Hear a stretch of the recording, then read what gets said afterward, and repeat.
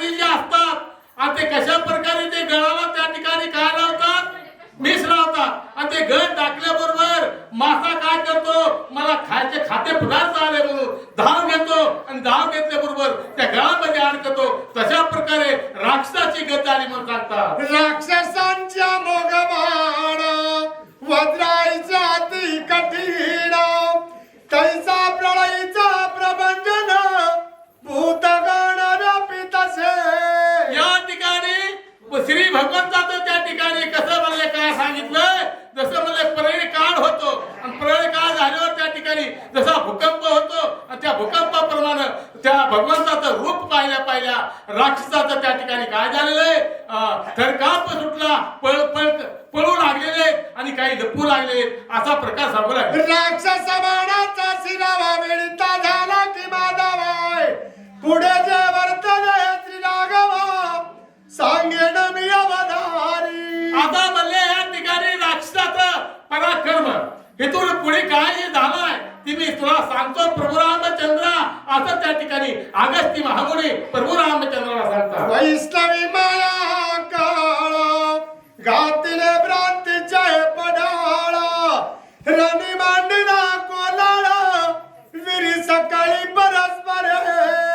विरी सकाळी परस्पर त्या ठिकाणी विष्णू भगवंतानी प्रलय मांडलेला आहे आणि त्या ठिकाणी जसं जाता असतं दळायला सुरू झालं म्हणजे त्या ठिकाणी दाणे ती बाई टाकती, जात वडती, पीठ पडतं, तसं राक्षसाचं पीठ पडू लागलेले आणि जे खुंटे भोवती त्या भगवंता भोवताली जे राहतात त्या ठिकाणी संरक्षित राहतात. तशाप्रमाणे त्या ठिकाणी रथा लोटीत रथावरी कुंजरा दळले कुंजारी आशिवारी सैन्य सागरी अमरता. त्या ठिकाणी रथावर त्या ठिकाणी आदळू लागलेले, हातीवर त्या ठिकाणी टक्कर लागू लागलेले, घोडेस्वाराची त्या ठिकाणी पुण्याच्या अंगावर जाऊ लागले. अशा प्रकारे म्हणजे त्या ठिकाणी धुंद झाला तुझा दरबाराच्या नियमाप्रमाणे त्या ठिकाणी धुंद चढलेली आणि त्या धुंदीमध्ये कोण कुणावर चाललंय, कोण कुणाची धडक लागायला लागली ह्याचा कोणाची कुणाला पता लागायला.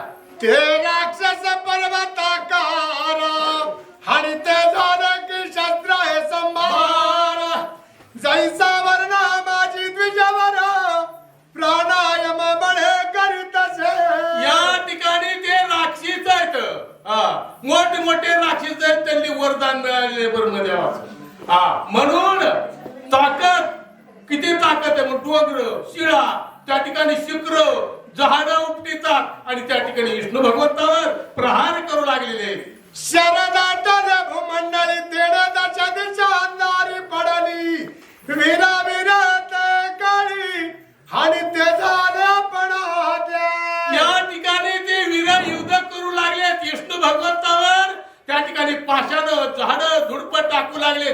पण याच्यामध्ये सगळे संख्या बहु त्या ठिकाणी दाटलेली आणि दाटलेल्या संख्येमध्ये ते आपल्याची वीर आपला घात करू लागलेले. अशा प्रकारे त्या ठिकाणी राक्षसामध्ये सध्या होऊ लागलेला आहे. पुढील वाचण्यासाठी पांढरी गवळी धारो